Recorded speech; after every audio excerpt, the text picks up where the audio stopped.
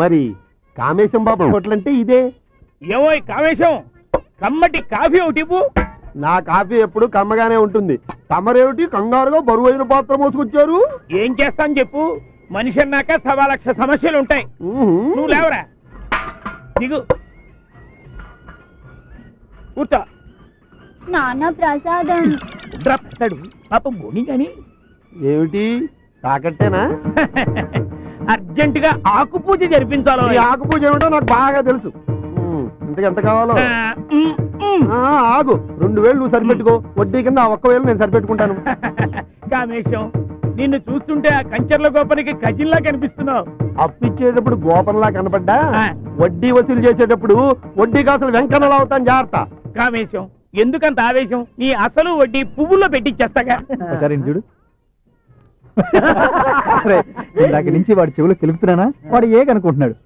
ఎంత చెప్పానా, వాడు మళ్ళీ ఏగే అనుకుంటాడు చూడు.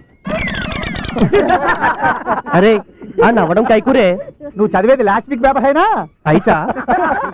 అరే కామేశం, ఆజ్కా పేపర్ తీసుకురా. అదే చేత్తో 6 కాఫీ నవాబు గారి అకౌంట్ లో. అరే నా దగ్గర ఆడున్నాయి పైసలు. అరే మామ, మా అందరిలో ఉద్యోగం చేసి సంపాదించేది నువ్వు ఒక్కడే కదరా. భయ్యా వచ్చినాకే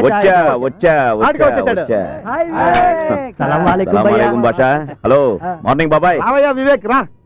నీ నోటమ్మటి కవిత వింటే గాని నా మనసు ప్రశాంతంగా ఉండదయ్యా. ఏది కమ్మటి శ్రీశ్రీ కవిత కొట్టు, నీకు మంచి కాఫీ కొడతాను. సింధూరం రక్తచందనం, బంధూకం సంధ్యారాగం, పులి చంపిన లేడి నెత్తురు, ఎగరేసిన ఎర్రని జెండా, రుద్రాలిక నయన జ్వాలిక, కలకత్తా కాళిక నాలిక. కావాలోయ్ నవకవనానికి, కావాలోయ్ నవకవనానికి, నవకవనానికి, నవకవనానికి. ఎంత గొప్పగా చెప్పావయ్యా, నాకు చాలా తృప్తిగా ఉంది. తీసుకో. కొడితే కొట్టాలి, రాతి కొట్టాలి.